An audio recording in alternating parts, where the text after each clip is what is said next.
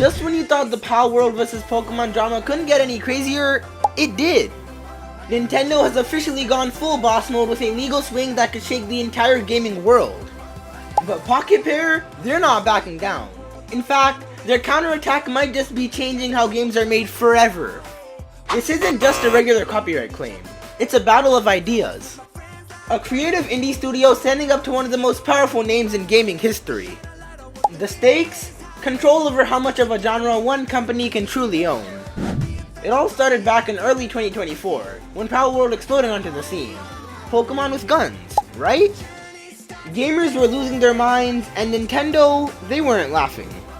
By September, the Pokemon company launched a lawsuit in Tokyo, accusing Pocket Pair of copying creature designs, ball throwing mechanics, and even rideable monsters. The gaming world was divided. Some saw it as a blatant copy, others as a bold twist on a beloved formula. Memes spread like wildfire, but behind the jokes was a serious accusation. Nintendo claimed Palworld wasn't just inspired by Pokemon, it was a deliberate imitation, which sparked outrage and support from both sides of the gaming community. Some fans sided with Nintendo, saying the similarities were too blatant. Others called it corporate bullying.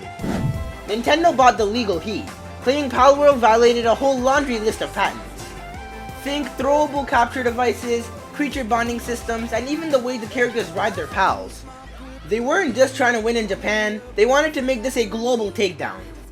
They even went international, filing 23 patents in the US to try and seal the deal globally. But here's the catch, only one of those 23 patents has actually been approved in the US. That's right, most of Nintendo's legal artillery hasn't even passed the gate, weakening their grip on this international battlefront. It's like bringing a tank to a battlefield, only to realize you forgot the ammunition. And that delay, it gives Pocket Pair more time to build momentum and public support. But Pocket Pair didn't fold. Instead, they came back swinging, hard. They pointed out that similar mechanics existed long before Pokemon. From Rune Factory 5 to Final Fantasy XIV, what is this script? From Rune Fantasy 5 to Final Fantasy XIV, I guess. And even modded versions of Minecraft and Dark Souls 3. They showed the court that Nintendo doesn't exactly have a monopoly on creature catching gameplay. They argued that these concepts were part of a long tradition of game design, with roots in many iconic franchises.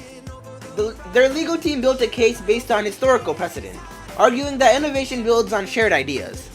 If Nintendo could copyright such broad mechanics, then entire game genres could be locked behind corporate walls.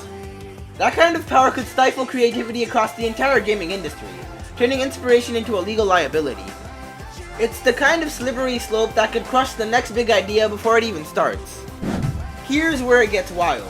To dodge legal bullets, Pocket Pair updated Palworld, changing the ball throwing animation so it wouldn't look like a Pokeball toss. Slick move, right? But they didn't stop there. They also accused Nintendo of selective enforcement, basically saying Nintendo's just using lawsuits to crush opponents. This wasn't just a patch, it was a strategic statement.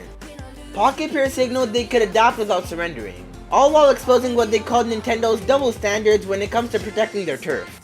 It was a clever PR play too, showing fans in the court that they weren't some lazy copycats, but agile developers with their own visions. This move shifted the narrative, painting Pocket Pair as scrappy innovators instead of corporate thieves. This lawsuit isn't just about Palworld, it's about the future of gaming. If Nintendo wins, it could set a precedent where big companies use vague patents to shut down indie creativity. But if Pocket Pair wins, we might see a wave of bold, risk-taking games finally getting a shot. It could mark a turning point where the industry stops fearing lawsuits and starts embracing innovation again. It's a high-stakes showdown between an underdog studio and a gaming titan, and the ripple effects could reshape the entire indie gaming scene. Developers everywhere are watching closely, because today it's Palworld, but tomorrow it could be their game in the crosshairs.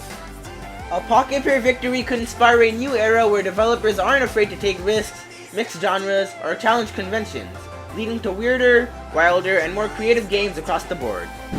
As if this legal battle wasn't already intense, the media has jumped in head first. News outlets, social media influencers, and fans are all weighing in, adding fuel to the fire. Some are Team Nintendo, claiming Palworld is a blatant ripoff, while others are Team Pocket Pair, rallying behind the underdog. This legal drama has become a spectacle, with every new development sparking debates and memes across the internet. But here's the question, Does the media frenzy hurt or help the case? With so much attention, could this public outcry influence the court's final decision? After all, in the digital age, public perception can sometimes carry just as much weight as legal arguments, especially when millions are watching. So, who's in the right? Is Palworld a creative twist or a blatant clone? And should Nintendo be able to gatekeep game mechanics? Let us know your opinions in the comments below. Whatever the verdict, one thing's for sure. This case could become the blueprint for how the gaming industry handles inspiration, imitation, and innovation for years to come.